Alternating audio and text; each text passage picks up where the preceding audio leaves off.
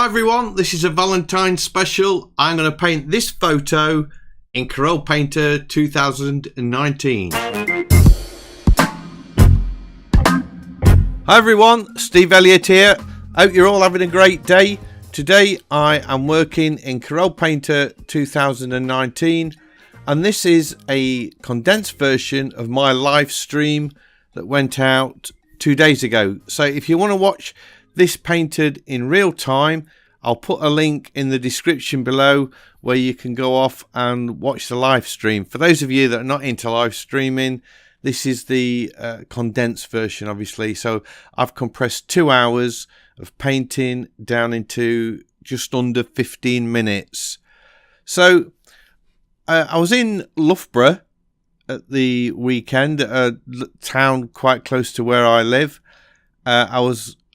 I'd gone to the cinema with my friend Special K, and we went to see Stan and Ollie, which I totally loved. I couldn't believe how good that movie was. Anyway, when we came out, this was the scene that we saw, and it was an illumination of lights to celebrate Valentine's Day. Could not believe it. I've never seen that anywhere. Certainly not, in this country. I don't know if they do that abroad at all. But it freaked me out a bit because, you see all these lights and it's romantic, and then you have to start going, oh, ain't that lovely? And oh my God, freaky, man. But anyway, so, I'm on date night and I get my camera out and thinking I've got to have a picture of this to paint. So I took the picture, and as I say, I did paint it in the live stream. So this is the condensed version. I also have to say at this point that when I finished the live stream, I felt that the painting wasn't finished. It was more of an underpainting than a completed painting. So this video is the first time I've done this, or this painting. I've made videos in part 1 and part 2. So the first part will be this live stream, and the second part I add thick paint brushes to it and start painting in a little bit more detail. So for those of you that have seen the live stream, you will not be listening to this perhaps and won't know. Oh my God. So I'll have to make it quite clear in the description of the video that there is a part 2 that I painted after. So anyway, I use this wet oily brush to get the ground colour on again, which I'm really liking. Then I changed to the speckle grainy hard drip brush to pretty much do the rest of the painting.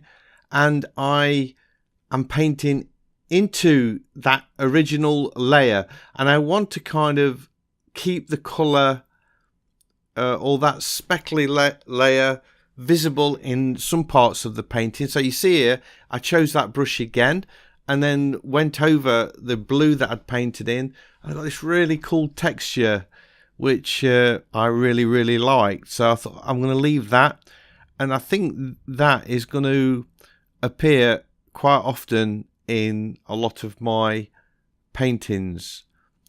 I just want to say at this point, I always say at the end of the video, like and subscribe, because I have lots of videos like this that I want to share with you.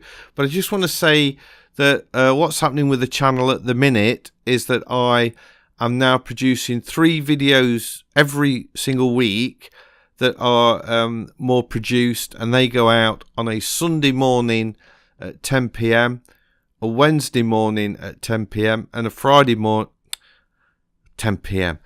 Sunday morning 10 a.m, a Wednesday morning at 10 a.m, and a Friday morning at 10 a.m. And those are invariably looking at all sorts of different software, some that I use for sketching, some that I do full-blown paintings in. There's tutorials in there, so there's all sorts of stuff.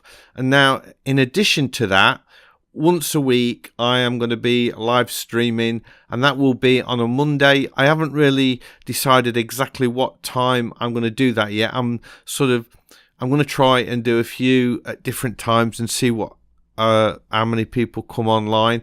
So that's something to for the future.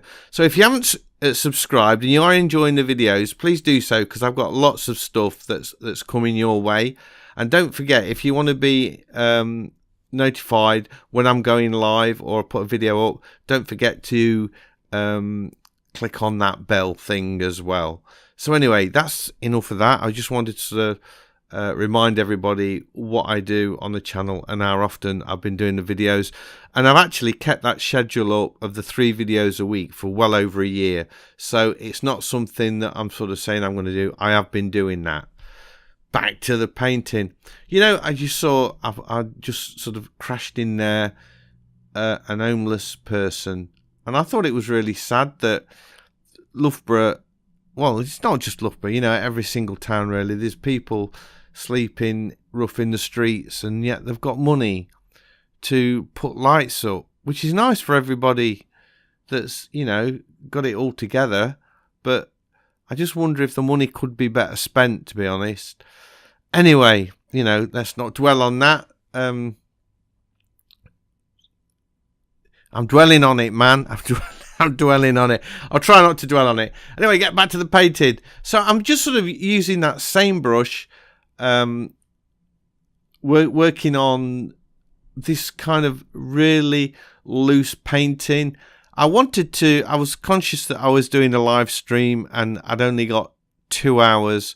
I'd set myself a target of 2 hours to get this done, because I've just bought a double base that I'd been waiting for 3 years. A luthier friend of mine had been repairing this double base, and I'd said I would buy it 3 years ago.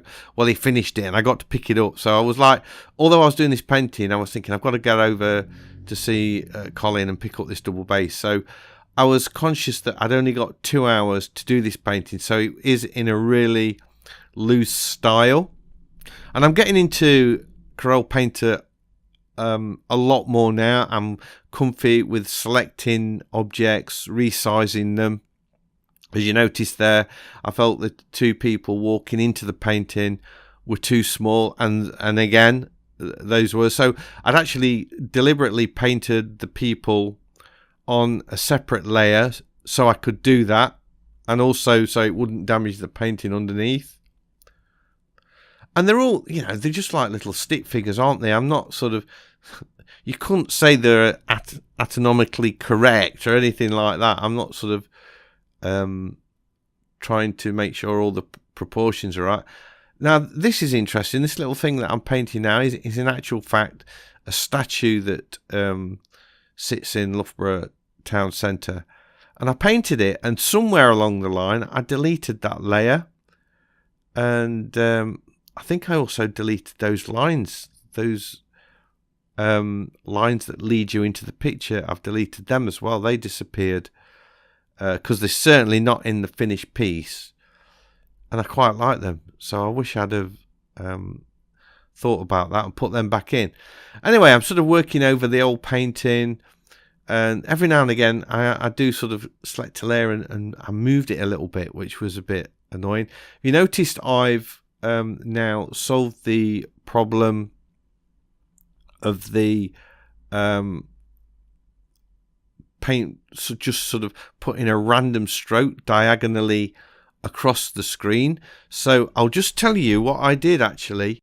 A user called Watch It posted in one of the comments on the oil painting with Corel 16 and Corel Painter video. So he's actually written down there what to do. So you right click on the application icon and then choose application properties. From there select compatibility, and there's a little tick box where it says override IDPI compatibility, and if you click that, it actually sorted the problem. In actual fact, it stopped the program rescaling on my Cintiq 16, so all the menus were a little bit smaller and consequently gave me more space to paint. So that was a really cool fix. So thanks Watch It for that. That's helped me out a lot, and hopefully if anybody else has had the same problem and they're watching this video, they'll be able to do the same too. So here we are. I'm sort of made the brush quite big now, and I am now made it small again. So I'm just sort of working on the detail on this building on the right. I sort of put in some big strokes to sort of indicate the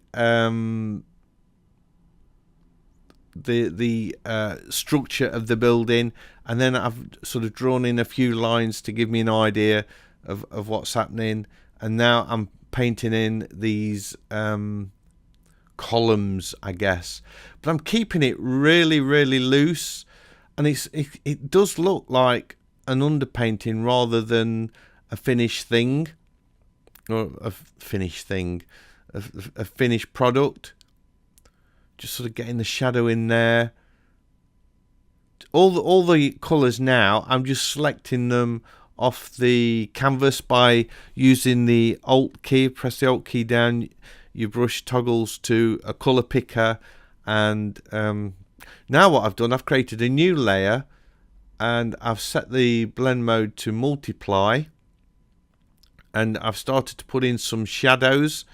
I felt that it was all looking a little bit flat, and that might be a good way to give a little bit of form to those buildings. And I do the same over on the left hand side and a little bit in the foreground, and you can see that I've lost a couple of people in the painting now. That statue's gone, and those nice vertical lines have gone too. So just darken up the sky as well a little bit.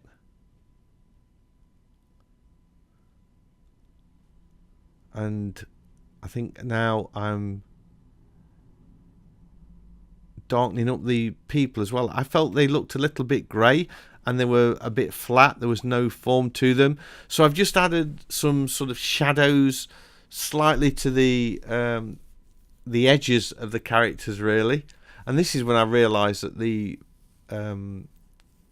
two other characters were missing. So I go in and paint them again. So speeding along, and then I was really disappointed actually that you notice that I had to toggle off the shadow, because when I was selecting colours, I was working on a layer below the shadow, and what the colours that I was expecting to be selected, it was different. So I've repainted that statue in again. It's a bloke with his legs sticking out. It's quite a unique sculpture actually, and I really like it. I don't know what was happening there with the sort of toggling layers on and off.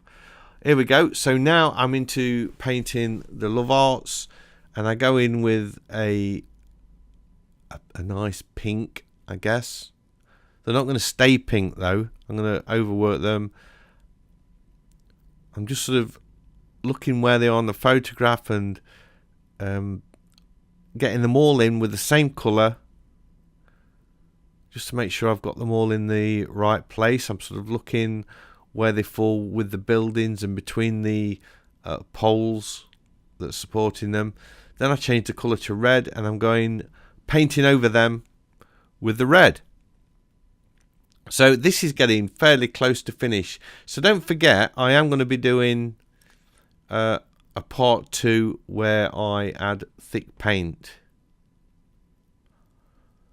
Just put a white rim on there. This is all done with that same brush. I didn't really vary it much at all. Oh, and then I use that oily wet paintbrush again, just to soften off the edges and smudge those out. I found that really a nice brush. I think I'll be using that. Well, I know I'm going to be using that a lot.